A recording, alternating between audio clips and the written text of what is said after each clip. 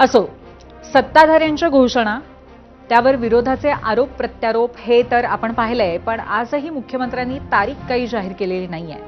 त्याचं कारण एक आकडेवारी. त्याचं झालं असं की राज्य सरकारनं केंद्राकडे राज्यातील शेतकऱ्यांच्या इन्कम टॅक्स संदर्भात माहिती मागवली आणि ही माहिती आल्यानंतरच कर्जमाफी लागू होऊ शकते. राज्यातील शेतकऱ्यांच्या इन्कम टॅक्स संदर्भात माहिती येण्यासाठी 5 ते 6 दिवस लागू शकतात किंवा त्यापेक्षाही जास्त लागतील. कारण लाडकी बहीण योजनेसाठी जेव्हा अशी माहिती मागवली होती तेव्हा 4 महिने लागले होते आणि त्यामुळेच आता किती दिवस लागू शकतात याचा अंदाज साधारण तुम्हालाही आला असेल. त्यामुळे या अनुषंगाने अनेक अडचणी या सगळ्या प्रक्रियेत असतील आणि म्हणूनच आपण यावरती आज चर्चा करणार आहोत. आणि हा संपूर्ण विषय समजून घेण्यासाठी आपल्यासोबत आहेत माजी खासदार आणि शेतकरी नेते राजू शेट्टी आणि शेतकरी नेते आणि अभ्यासक अजित नवले. मी आपल्या दोघांचंही मीडियाच्या गेस्ट सेंटरला स्वागत करते, माफ करा, 0 आवरच्या गेस्ट सेंटरला स्वागत करते. आणि तुमच्या दोघांसाठी प्रश्न असा आहे की एकंदरीत आज जरी काही अटी मुख्यमंत्र्यांनी शिथिल केल्या असल्या आणि विरोधकांनी त्याबद्दल आभार मानलेले असले तरी सुद्धा तक्रारी अजून आहेतच. तुमचा एकंदरीत या संदर्भातला तुमचं मत काय आहे, तुमचा आढावा काय आहे? राजू शेट्टी यांच्यापासून आपण सुरुवात करूया. शेट्टीजी,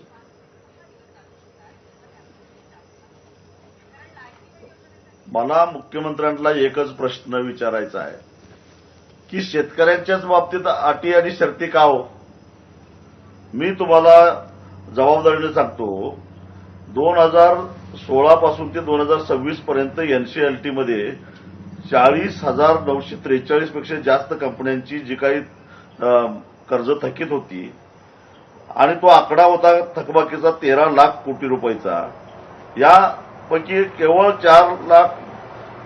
4,32,000 कोटी रुपये वसूल केले आयबीसीनं आणि एनसीएलटीनं आणि 8,68,000 कोटी रुपयावर पाणी सोडण्यात आलं.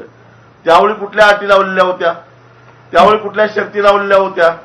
आणि आज माझ्या शेतकऱ्याला मात्र तुम्ही आता केंद्र सरकारकडून आयटीआर कुणी भरलाय त्याची यादी मागवताय, तो नोकरी कुठे करतोय त्याची माहिती मागवताय. अरे शेती तोट्याची आहे म्हणून तुम्ही मदत करताय ना. मग तो नोकरी करणारा असो नसो, व्यवसाय करणारा असो नसो, ज्या शेतामध्ये त्यांना पैसा टाकला त्या शेतातनं त्याचे पैसे बुडले असतील तर त्याला मदत केली पाहिजे काय? नको. आणि मग या कंपन्यांच्या बाबतीत का वेगळा नियम लावला गेला? आणि आता सुद्धा जी काही घोषणा केलेली आहे की 56 लाख शेतकऱ्यांना लाभ मिळणार आहे आणि त्याचे 34,000 कोटी रुपये होणार आहे, हा सुद्धा आकडा खरा नाही आहे. पहिल्यांदा खरं तर मग तुमच्याकडे सगळं माहिती आहे ना, कारण प्रवीण परदेशी सारख्या विद्वान माणसानं सगळी तुमचा अभ्यास करून माहिती काढलेली आहे. तर एकदा आकडे जाहीर करा सरकारच्या पोर्टलवर, एकदा कुणाकुणाला माफी होण्याची शक्यता आहे याची नावं टाका आणि मग त्याची बेरीजही मारा. ते तुमच्याच अटी शर्तीनुसार किती पैसे लागणार आहेत हे सांगा. मला खात्री आहे की हा आकडा 13-14 हजार कोटीच्या वर जाणार नाही. मग आणि वर म्हणायचं की आम्ही 19ला ज्यांना लाभ झाला होता त्यांना यावर्षी देणार नाही असं म्हणायचं आणि आता म्हणायचं की आम्ही मागे घेणार आहे. मुळात मी पुन्हा एकदा सांगतो की जे निव्वळ शेतीवर अवलंबून असतात, ज्यांना उत्पन्नाचं दुसरं कुठलं साधनच नाही, ते 19ला तोट्यात का गेले?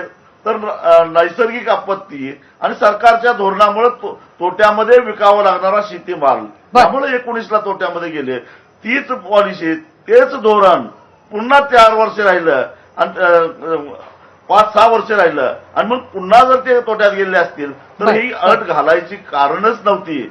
आणि आता तुम्ही आज जी मुख्यमंत्र्यांनी घोषणा केलेली आहे शेट्टीजी, त्याचा शेतकऱ्यांना काही फायदा होईल असं तुम्हाला वाटतंय का? काही फारसा फायदा होणार नाही. गंमत अशी आहे की 2019ला जे शेतकरी थकबाकीदार होते म्हणून त्यांना कर्जमाफीचा लाभ झाला, त्यांचं सिबिल खराब झालं आणि नंतर बँकांनी त्यांना दारात उभंच केलं नाही, हे लक्षात घ्या. त्यांना कर्जच कुणी दिलं नाही याची ही पहिल्यांदा आकडेवारी. पण शेट्टीजी, आज मुख्यमंत्र्यांनी तर सांगितले की 2 लाख जे ज्यांना लाभ मिळू शकतो असे शेतकरी वाढू शकतात ती 50,000ची अट शिथिल केल्यामुळे.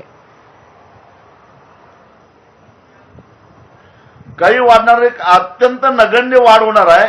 मुळामध्ये त्या शेतकऱ्यांना कोणी दारातच उभा केलं नाही, त्यांना कर्जच दिले नाहीत.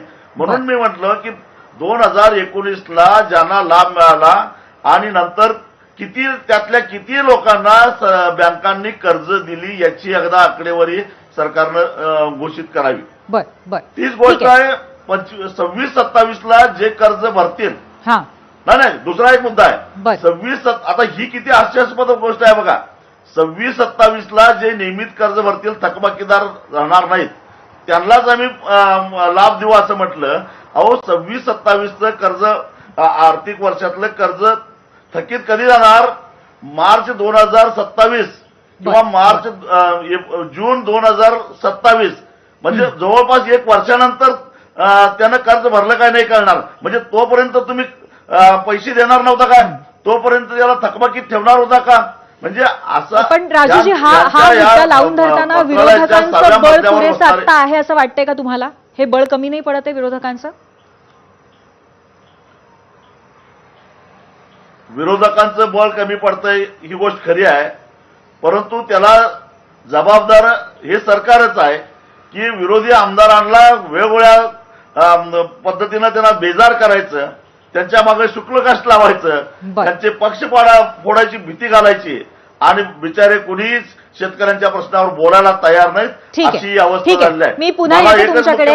शशीसेवक मी अजित नवले यांच्याकडे जाणार आहे. डॉक्टर नवले, एकंदरीत आता शेतकऱ्यांची असलेली परिस्थिती, मुख्यमंत्र्यांनी आज केलेली घोषणा.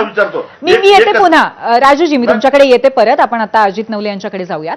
आजची झालेली घोषणा